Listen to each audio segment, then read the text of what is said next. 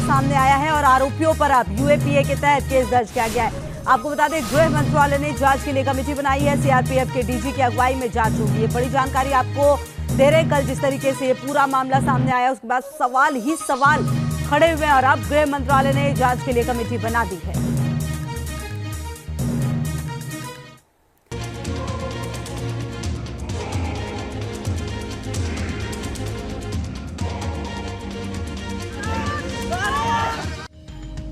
पांच राज्य, 6 चेहरे।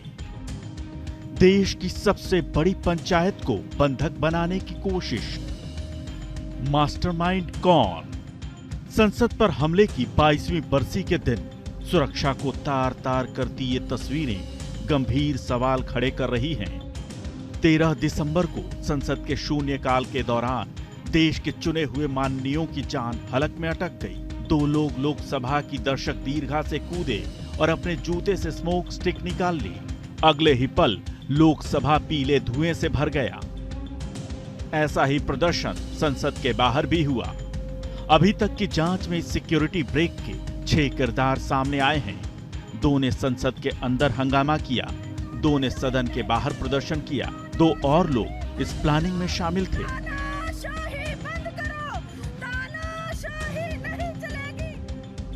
आरोपी नंबर 1 सागर शर्मा, आरोपी नंबर 2 मनोरंजन, आरोपी नंबर 3 नीलम, आरोपी नंबर 4 अमोल शिंदे, आरोपी नंबर 5 ललित झा, आरोपी नंबर 6 अब तक पहचान नहीं हुई।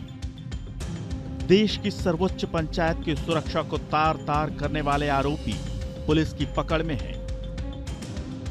इन्हें पनाह देने वाले 2 लोगों को पुलिस ने गुरुग्राम से हिरासत में लिया है, लेकिन सवाल है कि इनके बाकी साथी कहां हैं? दिल्ली की पुलिस यहां से आके जो विक्की और विशाल है और उसकी वाइफ को डिटेन किया है और पूछताछ के लिए लेके गए हैं।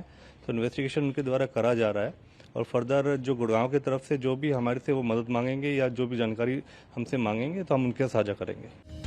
जानकारी मिली है कि संसद की सुरक्षा में सेंध लगाने से पहले आरोपी गुरुग्राम में रुके थे। दिल्ली पुलिस ने गुरुग्राम से विकी शर्मा नाम के एक शख्स और उसकी पत्नी को हिरासत में लिया है। सवाल यह है कि देश के अलग अलग राज्यों से इन्हें इकट्ठा किसने किया? कौन है संसद की सुरक्षा को खतरे में डालने वाले इस गैंग का मास्टरमाइंड? अब तक की जांच में जो तथ्य सामने आए हैं, उससे आरोपियों की मोडस ऑपरेंडी को समझा जा सकता है। अभी तक की तहकीकात में सामने आया है कि सभी आरोपियों की एक दूसरे से ऑनलाइन पहचान हुई थी। सभी ने मिलकर संसद में हंगामे की योजना बनाई।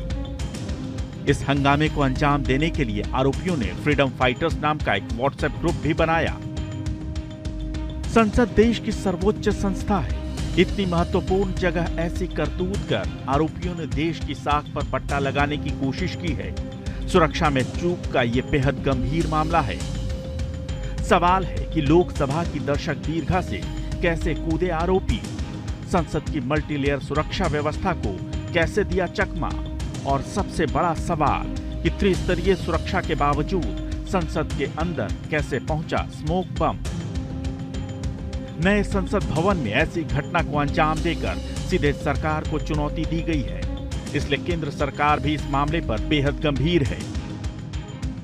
गृह मंत्रालय ने जांच के लिए एक कमेटी बनाई है। सीआरपीएफ के डीजी की अगुवाई में इस मामले की जांच की जाएगी। आज इस मामले पर एक सर्वदलीय बैठक भी बुलाई गई है। दिल्ली पुलिस की स्पेशल सेल संसद भवन थाने में गिरफ्तार आरोपियों से पूरी रात पूछताछ करती रही। उम्मीद है ठीक 22 बरस बाद संसद की चाक चौबंद सुरक्षा व्यवस्था को चुनौती देने वाले सभी आरोपी जल्द ही पुलिस की पकड़ में होंगे।